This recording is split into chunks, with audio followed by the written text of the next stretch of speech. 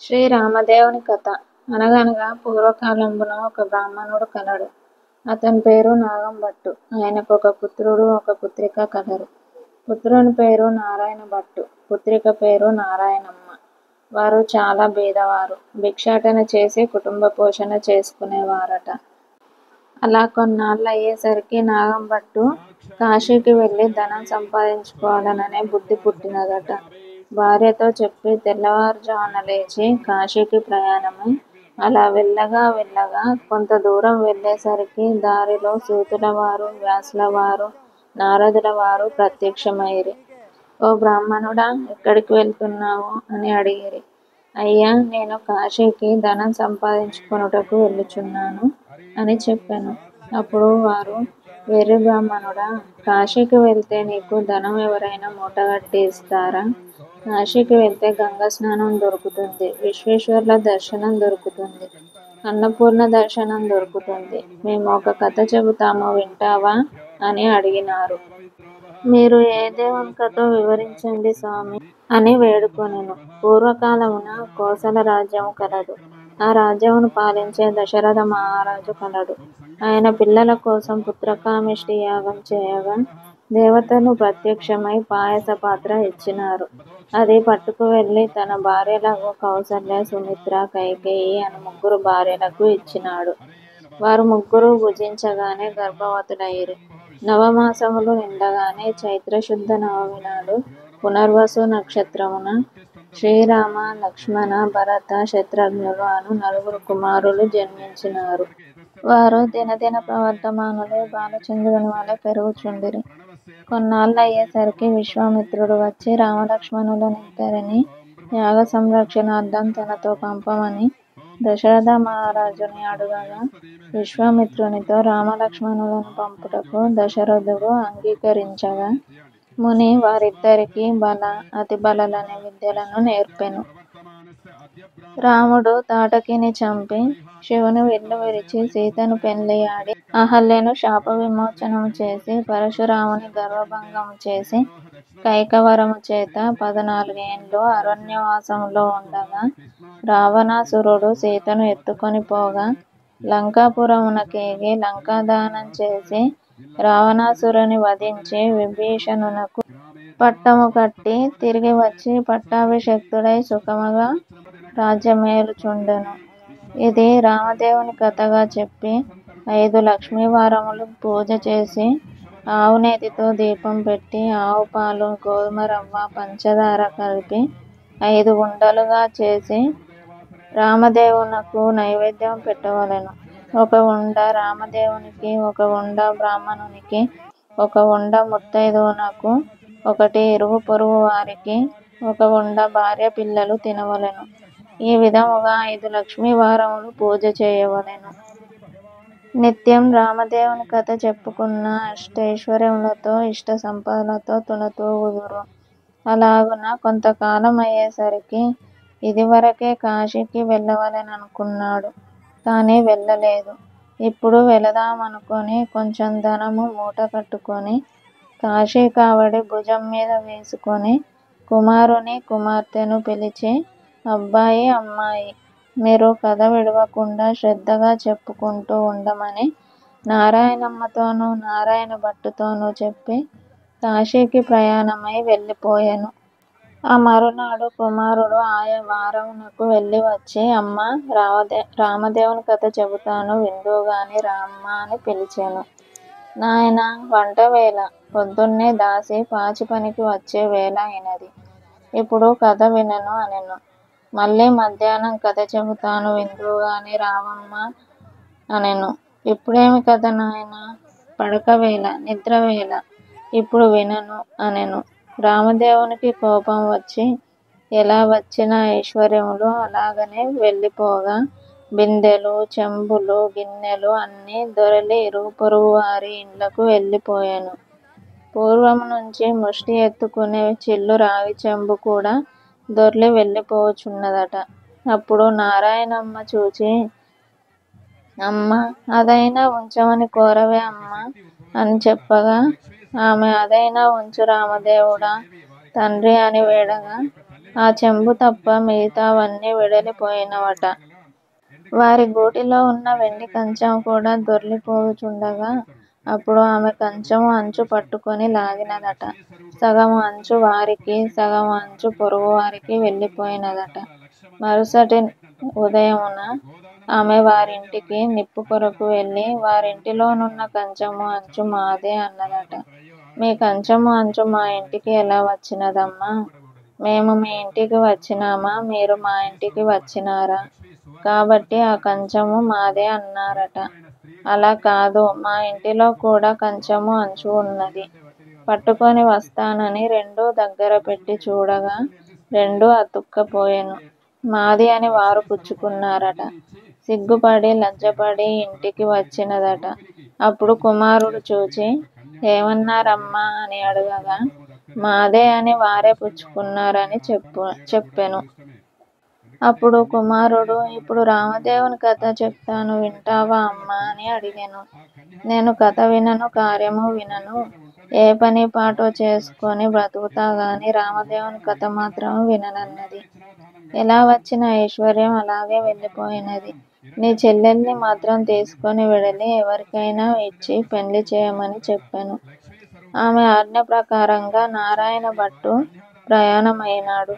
వారు ఊరు చివరికి వెళ్ళుసరికి కాశీకి వెడలిన నాగంభట్టు తిరుగు ప్రయాణమయి ధనం మూటగట్టుకొని వస్తున్నాడట.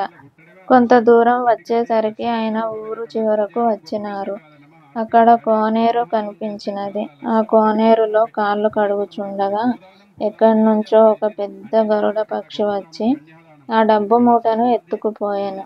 అయ్యో అని నాగంభట్టు విచారిస్తూ ఇంటికి వస్తుండగా కొంత దూరం వచ్చేసరికి నారాయణమ్మను నారాయణ భట్టును చూచి, అబ్బాయి, అమ్మాయి, మీరు సుఖంగా ఉన్నారా అని అడిగెను. ఏమున్నది నాన్నగారు, యథాప్రకారము ఏమీ లోటు లేదు. మీరు వెళ్ళినది మొదలు కథ చెబుతాను వినమంటే అమ్మ వినలేదు. కాబట్టి రామదేవునికి కోపం వచ్చి ఎలా వచ్చిన ఐశ్వర్యం అలాగే వెడలిపోయినది అని జరిగినదంతా తండ్రికి చెప్పెను. ఆమె ఆజ్ఞ ప్రకారము వెంటబెట్టుకొని వస్తున్నాను. మీ ఆజ్ఞ ఏమిటి నాన్నగారు? సరే, అలాగే చేయమని చెప్పి నాగంభట్టు విచారిస్తూ ఇంటికి వెడలినాడు. నారాయణ భట్టు నారాయణమ్మను వెంట నెడుకొని వెళ్ళుచుండెను. వెళ్ళగా వెళ్ళగా కొంత దూరం వెళ్ళేసరికి నారాయణ భట్టుకు ఒక బ్రాహ్మణుడు కనిపించెను. ఓ బ్రాహ్మణుడా, నీకు నా చెల్లెల్నిచ్చి పెండ్లి చేస్తాను, చేసుకుంటావా అని అడిగెను. నాకు పెండ్లి వద్దు, పేరంటము అక్కర్లేదని చెప్పెను. మరల కొంత దూరం పోయేసరికి ఇంకొక బ్రాహ్మణుడు కనిపించాడు. నారాయణ భట్టు అతడితో, ఓ బ్రాహ్మణుడా, నా చెల్లెల్నిచ్చి పెండ్లి చేస్తాను, చేసుకుంటావా అని అడిగెను. నాకు పెండ్లి వద్దు, పేరంటము వద్దు, ఇదివరకే 2 భార్యలున్నారు అనెను. మరలా వెళ్ళుచుండగా త్రోవలో ఒక పెద్ద పూల తోట కనిపించినది. ఆ తోటలో అన్నా చెల్లెళ్ళు కూర్చొని రామదేవుని కథ చెప్పుకుంటూ ఉండగా ఎక్కడ్నుంచో ఒక బ్రాహ్మణ యువకుడు వచ్చి పూలు కోసుకుంటుండగా ఆ యువకుని చూచి, ఓ బ్రాహ్మణుడా, నీకు నా చెల్లెల్నిచ్చి పెండ్లి చేస్తాను, చేసుకుంటావా అనెను. పెండ్లి చేస్తానంటే వద్దంటానా? కానీ మా గురువుగారున్నారు, వారి ఆజ్ఞ ప్రకారము ఆయన పెండ్లి చేసుకోమంటే చేసుకుంటాను అనెను. మీ గురువుగారు ఎక్కడున్నారని అడగగా ఫలానా తోటలో ఉన్నారని చెప్పెను. వెంటనే నారాయణ భట్టు గురువుగారి దగ్గరకు వెడలి, అయ్యా గురువుగారు, మీ శిష్యుడికి నా సోదరినిచ్చి పెండ్లి చేస్తాను, తమరు ఒప్పుకుంటారా?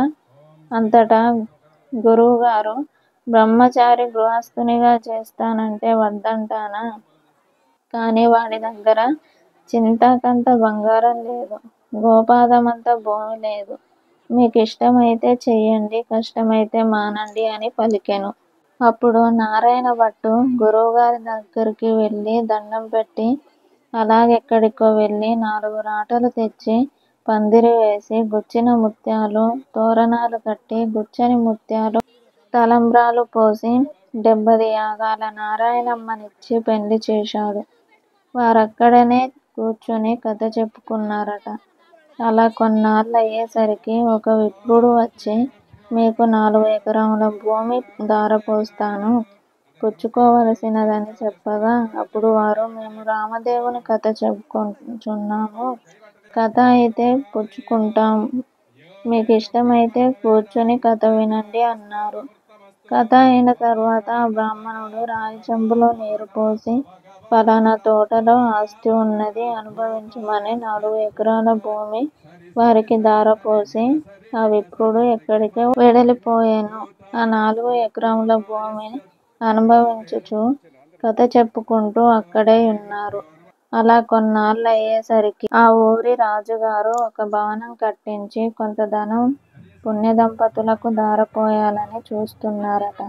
ఎక్కడ వెతికినా సరైన దంపతులు దొరకలేదు. ఆ రాత్రి రామదేవుడు రాజు కలలో కనిపించి, ఫలానా తోటలో పుణ్యదంపతులున్నారు, వారిని తీసుకొని వచ్చి ధారపోయండి అని ఆజ్ఞాపించినారట. వారి ఆజ్ఞ ప్రకారం మరునాడు ఉదయము లేచి 16 మంది బోయీలను పల్లకిని పంపిరి. వారక్కడకు వెడలి, ఏమండోయ్, మా దేశపు రాజుగారు ఒక గృహము కొంత భాగము మీ ఇద్దరికి ధారపోస్తారట. మిమ్మల్ని వెంటబెట్టుకొని రమ్మని పంపిరి, కావున రావలసిందనిరి. మేము రామదేవుని కథ చెప్పుకొనుచుంటిమి, మీకిష్టమైతే కూర్చొని కథ వినండి అనగా, బోయీలు కథ విన్న తరువాత ఆ పుణ్యదంపతులను తీసుకొని వెడలి రాజుగారికి అప్పగించిరి. రాజు సంతోషముతో ఆ గృహము ధనము వారికి ధారపోసి వెళ్ళిపోయిరి.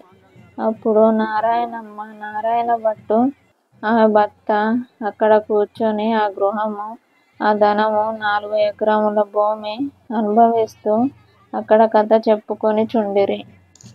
కొన్ని దినములయ్యేసరికి నారాయణ భట్టు, అమ్మాయి, నేనెన్ని దినములు ఇలా ఉండను, కాబట్టి నేను వెళ్ళి రామదేవుని తీసుకొని వస్తాను, నీవు నీ భర్త కథని మానకుండా చెప్పుకోండి అని చెప్పి నారాయణ భట్టు ప్రయాణమయ్యి వెడలెనట. నారాయణమ్మ, ఆమె భర్త కథ చెప్పుకొని చుండిరి.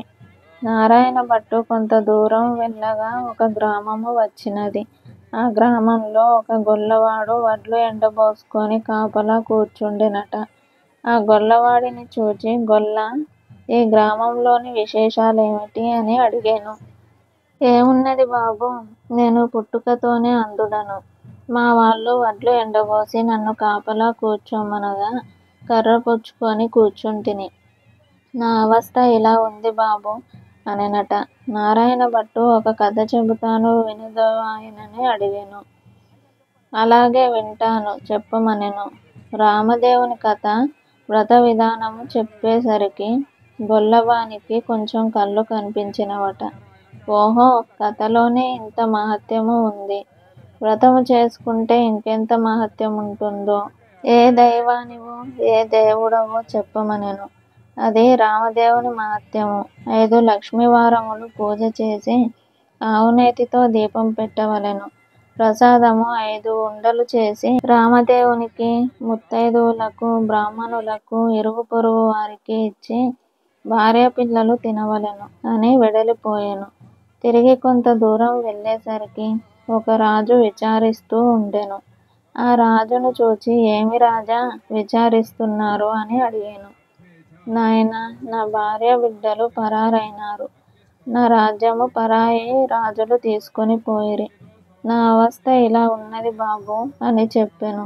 నేనొక కథ చెబుతాను వింటావా అని అడిగెను. అలాగే వింటాను, చెప్పవలసింది మహానుభావా అనెను. నారాయణ భట్టు రామదేవుని కథ అంతా చెప్పి వ్రత విధానమంతా వివరించెను. ఆ రాజుగారు వ్రతం చేసుకొనగా పరారైన భార్యాబిడ్డలు, పరాయి రాజు తీసుకున్న రాజ్యము తిరిగి ప్రాప్తించెను. అప్పుడు రాజు సంతోషముతో నారాయణ భట్టును చూచి, ఏమండి మహానుభావా, మీరు ఏ దేవుడో చెప్పవలసినది, మిమ్మల్ని పూజ చేసుకుంటాము. నేను ఏ దేవుడనూ కాను, ఇది రామదేవుని కథ మహత్యము. మీరు 5 లక్ష్మీవారములు, 5 ఆదివారములు పూజ చేయమని చెప్పి వ్రత విధానమంతా చెప్పి మరల కొంత దూరం వెళ్ళగా ఓ స్త్రీ విచారిస్తూ కూర్చున్నది. ఆ స్త్రీని చూచి నారాయణ భట్టు ఎందుకు విచారిస్తున్నావు అని అడిగాను. అప్పుడామె ఏముంది బాబూ, చిన్నతనంలోనే పెళ్ళి అయినది. నా భర్త దేశాంతరం వెడలిపోయినాడు. నా తల్లి తండ్రి అత్తామామలు కొన్నాళ్ళు చూసి ఎన్నాళ్ళు నిన్ను ఇలాగున చూస్తాము అని వదిలివేశారు. కాబట్టి నా అవస్థ ఇలాగున్నది బాబూ అని చెప్పినది. అప్పుడు నేనొక కథ చెబుతాను వింటావా అనెను. అలాగే వింటాను బాబూ చెప్పుమన్నది. నారాయణ భట్టు రామదేవుని కథంతా చెప్పి వ్రత విధానమంతా చెప్పేసరికి దేశాంతరము వెడలిన ఆమె భర్త తిరిగి వచ్చాడు. తల్లి తండ్రి అత్తామామలు వచ్చారు. ఆమె ఎంతో సంతోషించి నారాయణ భట్టును చూచి, ఏమండి మహానుభావ, మీరు ఏ దైవానివో మిమ్ములను మేము పూజ చేసుకుంటాము చెప్పమని అడిగాను. ఇదంతా రామదేవుని కథ మహత్యము. 5 లక్ష్మీవారములు 5 ఆదివారములు మానకుండా పూజ చేయమని కథ విధానమంతా చెప్పి కొంత దూరం వెళ్ళేసరికి ఒక గ్రామము వచ్చినది. ఆ గ్రామంలో ఒక ఇల్లాలి ఇంటికి వెళ్ళి, అమ్మా పూజ చేసుకుంటాను, కొంచెం ఇల్లు ఇస్తావా అని అడిగాను. మా ఇంటిలో మడి ఆచారం గనక కుదరదు, ఇల్లు లేదు, వెడలిపొండు అన్నది. అప్పుడు నారాయణ భట్టు కోనేరైనా చూపించు తల్లి అని అడిగాను. తూర్పు దిశ ఈశాన్య మూలగా ఒక కోనేరు ఉన్నది, వెళ్ళమని చెప్పెను. అప్పుడు ఆ కోనేరు దగ్గరికి వెడలి స్నానం చేసి మడిబట్ట ఆరవేసుకొని ఇల్లు ఇవ్వమన్న ఇల్లాలి అరుగు వద్దకు వచ్చి తూర్పు దిశ ఈశాన్య మూలగా ఒక పుచ్చుపీటకు పసుపు రాసి బొట్టు పెట్టి అందు రామదేవుని పటము పెట్టి కథ చదువుకుంటున్నాడట. అంతలో ఆమె యువతలకు వచ్చి చూడగా నారాయణ భట్టు ఆమెకు తాంబూలము దక్షిణ ప్రసాదము ఇచ్చాడట. ఆమె పుచ్చుకొని లోపలికి వెడలిపోయెను. నారాయణ భట్టు కథ చదువుకొని అక్షతలు తల మీద వేసుకొని ఇంటి మీద వేసి వెళ్ళిపోయెను. అతడు ఇలా వెళ్ళగానే ఆ ఇల్లు ఇంద్రభవనమైనది. అప్పుడు ఆయా వారమునకు వెళ్ళిన తన భర్త తిరిగి వస్తే ఆ ఇల్లు తెలుసుకోలేడని ఆమె వీధి అరుగు మీద కావలి కూర్చొని ఉండెను. ఇంతలో ఆమె భర్త ఎడమూట పెడమూట వేసుకొని ఇల్లు కానక కంగారు పడి అక్కడ నిలబడి ఉండెను. ఆమె చూచి, ఇల్లు ఇదే, ఇలా రండి, ఇది మన ఇల్లు కాదు. నేను రానని పలుకగా, ఇది మనిల్లే, ఇలా ఎందుకైనదో చెబుతాను వినండి. ఎక్కడ్నుండో ఒక బ్రాహ్మణుడు వచ్చి పూజ చేసుకుంటాను, ఇల్లు ఇవ్వమని చెప్పితిని. అప్పుడు అతను ఒక కోనేరైనా చూపించుమనెను. అప్పుడు నేను తూర్పు దిశగా ఈశాన్య మూలాన కోనేరు ఉన్నదని చెప్పితిని.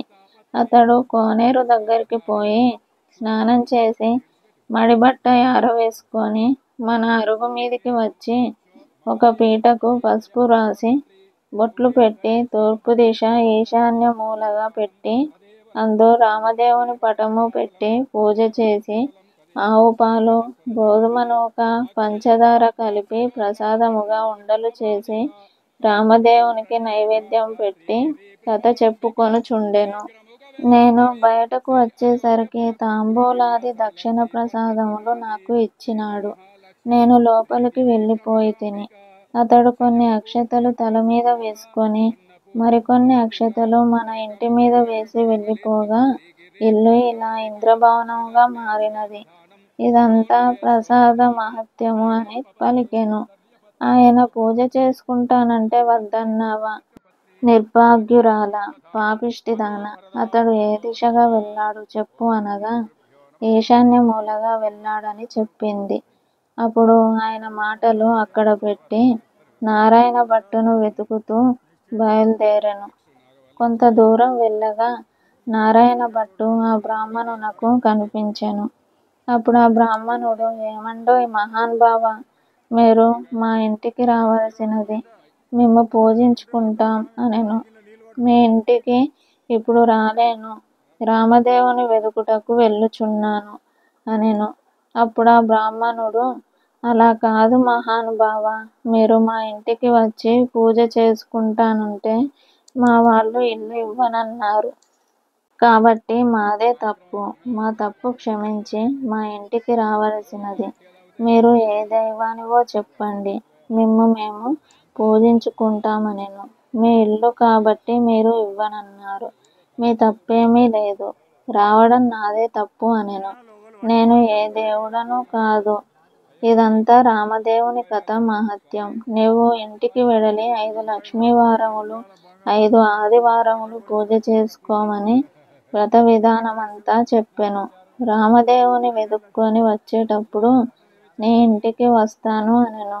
అప్పుడు ఆ బ్రాహ్మణుడి ఇంటికి వచ్చి, కథలోనే ఇంత మహత్యం ఉంది, వ్రతం చేసుకుంటే ఇంకెంత మహత్యం ఉంటుందోనని పూజ చేసుకొని కథ చెప్పుకొని అష్టైశ్వర్యములతో అష్ట సంపదలతో తులతూగుచున్నారట. నారాయణ భట్టు ఎండనక వాననక తిండనక తిప్పలనక ఆకలనక దప్పికనక చెట్టనక పుట్టనక నీడనక భయమనక అర్ధరాత్రనక అరణ్యాల వెంటబడి వెళ్ళుచుండగా కొంత దూరం వెళ్ళేసరికి నారాయణ భట్టు మూర్ఛిల్లి ముఖము తిరిగి పడిపోయెను.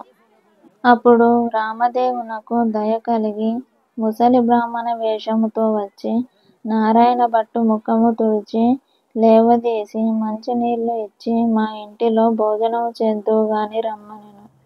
నేను భోజనం మాత్రం చేయను. నేను రామదేవుని వెదుకుటకు వెళ్ళుచున్నాను. ఒక కోనేరు మాత్రం చూపించిన స్నానము చేస్తానన్నాడట. తూర్పు దిశ ఈశాన్య మూల ఒక కోనేరున్నది. వెళ్ళమన్నాడట. నారాయణ భట్టు ఆ కోనేరు వద్దకు వెళ్ళి స్నానం చేసి పైకి వచ్చేసరికి అక్కడ ఇంద్రభవనంలా మారిపోయెను. లోపలికి వచ్చేసరికి సీతమ్మ వారు వెండి కంచాలు, వెండి పీటలు, పైడి కంచాలు కనిపించినవి. అప్పుడు నారాయణ భట్టుకు రామదేవుడు సీతమ్మ ఎదురయి మా ఇంటిలో భోజనము చేయుదువుగాని రమ్మన్నారట. నేను భోజనం మాత్రం చేయను. రామదేవుని వెదుకుటకు వెళ్ళుచున్నాను అన్నాడట. నేను రామదేవుణ్ణి అని చెప్పెను. అయితే కావచ్చును మహానుభావ, నాకు దర్శనం కావాలి అని చెప్పగా అప్పుడు పులి చర్మంతో రుద్రాక్షలతో విభూతి రేఖలతో నడుమున నాగాభరణములతో శిరస్సున గంగతో పక్కన పార్వతీదేవితో త్రిశూలం త్రినేత్రముతో నందివాహనుడై ఈశ్వరుడు ప్రత్యక్షమైనాడు. అప్పుడు నారాయణ భట్టు వారిని స్తోత్రం చేసెను.